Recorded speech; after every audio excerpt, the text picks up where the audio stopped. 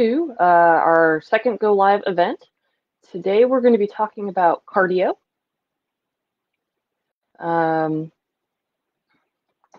So just making sure that, okay, everything is up and running. And all right, perfect. Everything looks to be good. All right, well, cardio obviously is something that either people thoroughly enjoy or they dread. It doesn't seem to be anybody in the middle, but it's incredibly important. And the reason it's important is that cardiovascular disease is the #1 cause of death and disability here in the United States. So, one of the things to help combat that is cardiovascular exercise. And that is usually done through aerobic exercise. And aerobic is short for with oxygen. Keyword in this phrase is oxygen. When you're doing a cardio activity, the point is to move your large muscles in your arms, legs, hips, and that way you get your heart rate going, you get your breathing going, and you are getting oxygen into your body. When you do this, it helps to maximize the oxygen in your blood, which then helps you use it more efficiently over time because you're conditioning your body to do that. So a measurement of this is your aerobic capacity, which is how well your body uses oxygen. So if your aerobic capacity is high, your body uses it incredibly well. This means it's delivering large amounts of oxygen throughout your body very efficiently. So it helps with your body actually functioning better because your heart's pumping easier. It's not having to work as hard all of the time to supply oxygen throughout your body. So this usually leaves you feeling more energized and less tired. If your aerobic capacity is low, usually due to poor cardiovascular health, this can result in your body is not being able to function in just regular daily activities. For instance, if you are going up the flight of stairs, you can become very easily winded if your aerobic capacity isn't to where it should be. So all of this is obviously crucial to helping your cardiovascular health. The good news is that when you exercise cardiovascularly, that it doesn't just help with strengthening your heart and circulatory system, but it actually helps you burn calories. So that's always a big one, right? You want to be able to burn calories. So, well, how does it help you do this? Your body stores fat as a reserve for either periods of long intensity to exercise activity level or high intensity. Well, the good news is cardiovascular exercises come in two types. The first is low intensity, steady state cardio. So if you think of this more, you're going to go for a jog, you get to whatever pace you're going to run at, and you stay at that pace for the entire time. Typically, to do this, you have to have it at a slower pace so that way your endurance level can tolerate this. Well, this type of activity burns a higher percentage of fat. That's good, right? So what does high intensity exercise do? If you think of this more as HIIT training or high intensity interval training. So this gets greater results because it has total calorie burn is higher during these type of exercises because it increases the enzymes that are associated with burning fat. This is why it's important to actually have a combination of the two. You want to have some of the prolonged, longer duration, endurance type cardio, in addition to the high intensity interval training type cardio. It just helps your overall cardiovascular system function better. Another great benefit of cardio is it helps reduce stress. And the way it does this is it increases your vagal tone. Well, that comes from your vagus nerve. Your vagus nerve is linked to emotions and can actually control your heart rate and breathing. So if it is functioning at its optimal level, then you will be able to have less response to stress, and overall you're just going to feel less stress. Some other things that cardio is great for is it helps control, it helps control your appetite. Um, it can boost your mood through the release of endorphins, which are those feel-good chemicals released by your brain. Often you might hear the term runner's high. That's what they're referring to. It's the release of those endorphins that just you feel great afterwards. It can also help you sleep better. You get your body moving, you're going to be more tired, so you're going to sleep better. Let's see. It also helps with reduction of arthritis, stiffness, and pain because you're moving your body. It helps get those joints, the fluid in them keeps it fluid, moving, and you just feel less stiff. And then the other big thing is that it helps prevent, and in some cases, it can help manage things like high blood pressure, heart disease, and diabetes. So while this all sounds great, a lot of people actually have a couple of fears when it comes to cardio. One of them is that if they do it, they're going to lose muscle strength.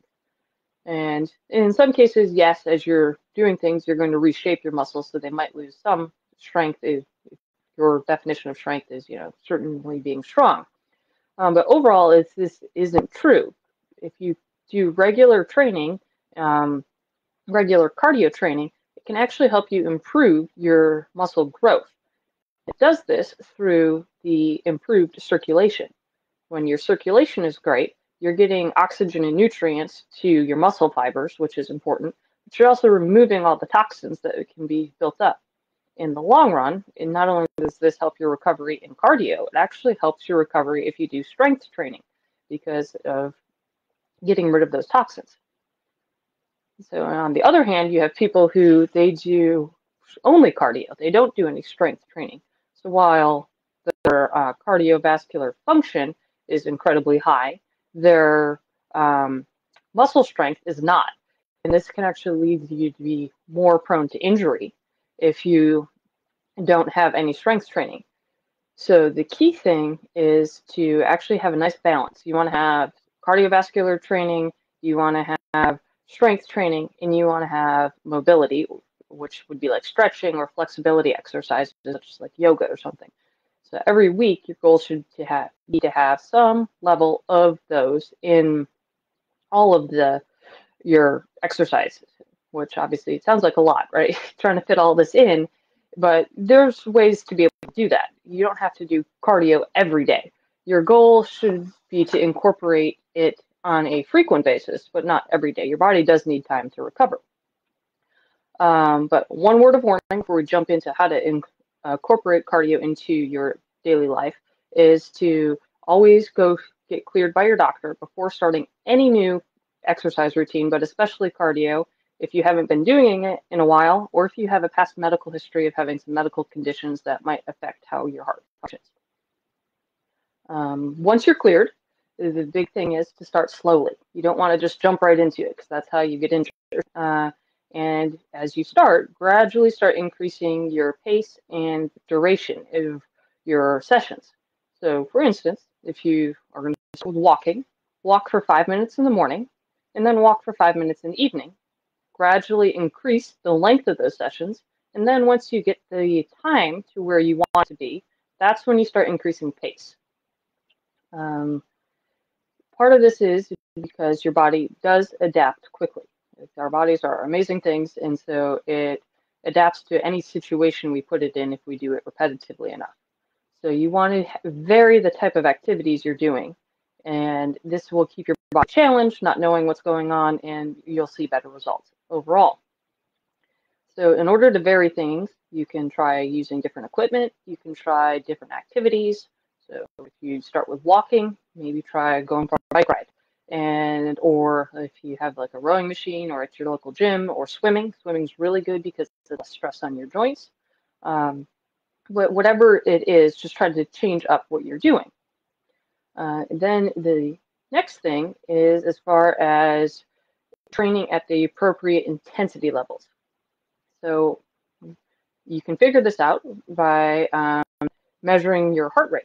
And since most people have smartwatches nowadays that include heart rate monitors, this is pretty easy to do. Your goal should be to exercise at 60 to 80% of your maximum heart rate. Well, how do you figure out what that is, right? So easy way to do this is to take 220, subtract your age, and then whatever the answer is your maximum beats per minute that you should be at. So for instance, if you're 50, if you take 220, subtract 50, you get to 170. So your age-related maximum heart rate is 170 beats per minute, or BPMs. Obviously, medical conditions and all that can influence this factor, so always check with your doctor first to make sure that you know what your maximum heart rate actually is. When it comes to high-intensity interval training, there's a couple of things to remember there as well. The first is to make sure you're giving yourself appropriate interludes of rest. So with high-intensity interval training, what you're doing is you're working as hard as you can for a set period of time, then you have a rest period. Then you repeat that for however many intervals that you're going to do. So typically your work period is somewhere between 15 to 60 seconds. And the work to rest ratio is 1 to 3, 1 to 4. So if you're working hard for 15 seconds, you're resting for like 45 to 60 seconds. And then as you get more experience with this, then you start tweaking those numbers up and down. The whole workout duration, the length of time the workout takes, is somewhere between 10 to 30 minutes. So if you're going to be sweating by the time you're done. So sometimes if you got 10 minutes, this is great because you can just get in there, get the workout done, and you're going to feel great afterwards. Keep in mind when you're doing moderate activity, you're going to feel that your body is working and you're going to be breathing hard, but you should still be able to carry on a conversation. When you're doing high intensity, you're not going to be able to do that. You're going to be focused on breathing and the exercise you're doing. So that can sort of help give you a benchmark of what to judge for. The key with progressing is to have a specific objective for each exercise session, whether this is cardio or anything else. When it comes to cardio, though, it can be such as increasing the duration of the overall activity, or if you're doing interval training, it can be increasing the work sections, or it can be reducing the rest section, or it can be just increasing the total number of intervals. The whole point is to get back to that varying your body's doing.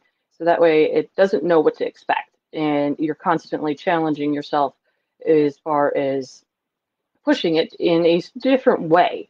And this helps you get better benefits in the long run.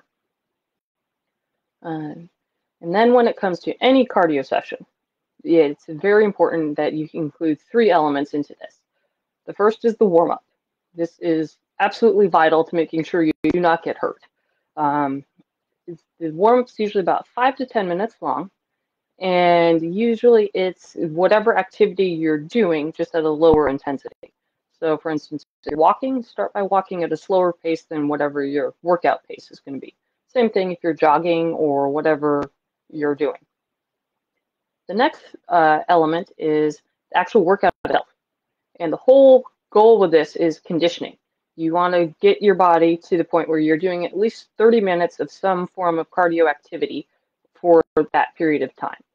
So you gradually build up to this, and that's why you want to start where you're comfortable and then gradually increase what you're doing. The last part is the cool down, and this is also super important. It's about 5 to 10 minutes long, and you are helping your muscles recover. So it will help your body remove toxins and all of that. This is, if you go from intense workout to stopping, your blood circulation starts to slow down rapidly. By having that cool down, it helps promote that continuation of removing the toxins. So by doing this, you're going to feel less sore later that day or the next day. And therefore, you're going to be able to go about your normal life, but also you'll be able to continue exercising, whether you're doing another cardio day or you're going to focus on strength training or you're going to focus on stretching, whatever it is. By allowing your muscles the time to recover, you'll be able to do that with less discomfort. The overall goal, and as far as how many cardio sessions you should be doing each week, is somewhere between 3 to 4. with each one working up to being somewhere between 30 to 60 minutes long. So this means the actual workout part is that duration. So you're going to have the cool down after, and you're going to have the warm up before. That's not included in the actual workout. Keep in mind that you want to build up to whatever your time duration is first. You want to get that endurance in there. And then once you get to that, then that's when you start to increase speed and such. So, and as you do this, you're going to be able to do it for longer periods, and you're going to be able to get more distance and all of that in there as well.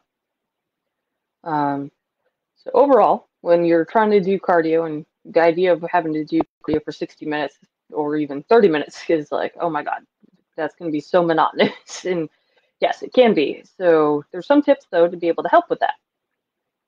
You can listen to music. I do that, and I alternate between either listening to music or I listen to audiobooks, which is a great way to stay current on my favorite authors or to learn something new.